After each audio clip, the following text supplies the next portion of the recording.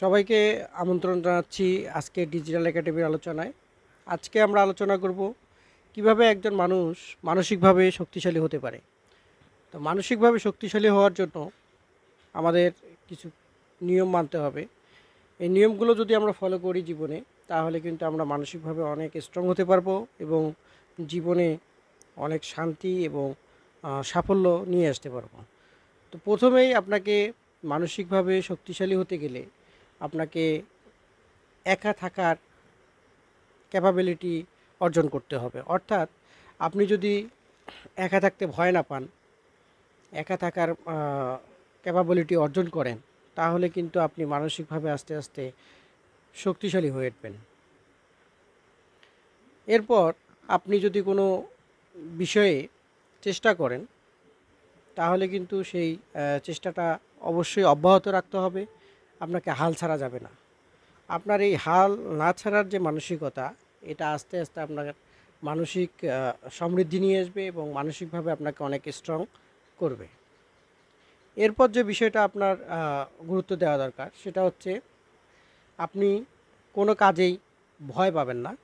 যদি আপনি কোনো কাজে ভয় পান, তাহলে কিন্তু আপনার মানসিক অবস্থা নাজুক, এটা বোঝা যায়। কিন্তু যখনই আপনি কোনো কাজে ভয় পাবেন না, আপনার সামর্থ্য অনুযায়ী আপনি চেষ্টা করবেন, তখন কিন্তু আপনি কিন্তু মানসিকভাবে অনেক স্ট্রং হবেন।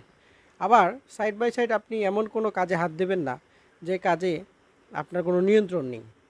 আপনি যদি আপনার এমন কোনো কাজে আপনি নিয়ন্ত্রণ নাই, এমন কাজে যদি আপনি হাত দেন, তাহলে কিন্তু আপনার মানসিক অবস্থা অনেক ভেঙে পড়তে পারে এবং আপনি মানসিকভাবে দুর্বল হয়ে পড়তে পারেন। এজন্য আপনাকে এমন কোনো কাজে হাত দেওয়া যাবে না যে কাজ আপনাকে আস্তে আস্তে দুর্বল করে দেয়। এরপর আমরা যেটা প্রতিনিয়ত করি, সেটা হচ্ছে অতীত নিয়ে পড়ে থাকি। অতীত নিয়ে যারা পড়ে থাকে, তারা কিন্তু মানসিকভাবে অনেক দুর্বল এবং তারা কখনোই ভালো মানসিকতার হতে পারে না। তারা কোনো পরিস্থিতি ট্যাকেল দিতে পারে না।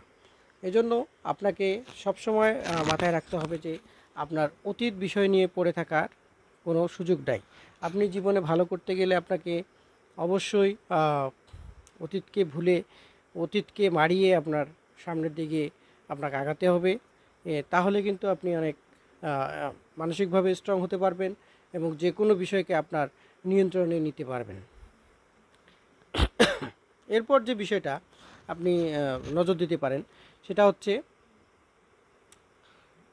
যে আপনার যে কোনো যদি দুঃখের বিষয় থাকে, যেমন আপনি কোনো বিষয়ে দুঃখ পেয়েছেন, সেই দুঃখ নিয়ে আপনি যদি বসে থাকেন, সেই দুঃখের কারণে যদি আপনার নিজের যে কাজগুলো সেগুলো আপনি না করেন, তাহলে কিন্তু আপনি ভালো করতে পারবেন না এবং আপনার যে মানসিক অবস্থা সেটাও অনেক দুর্বল এবং আস্তে আস্তে আপনি আরও দুর্বল হয়ে যাবেন। তো মানসিক অবস্থাকে আপনার ভালো করতে গেলে এই বিষয়গুলো ছাড়াও আরও কিছু বিষয় আপনাকে গুরুত্ব দিতে হবে। সেটা হচ্ছে আপনার কোনো বিষয় নিয়ে দুশ্চিন্তা করা যাবে না।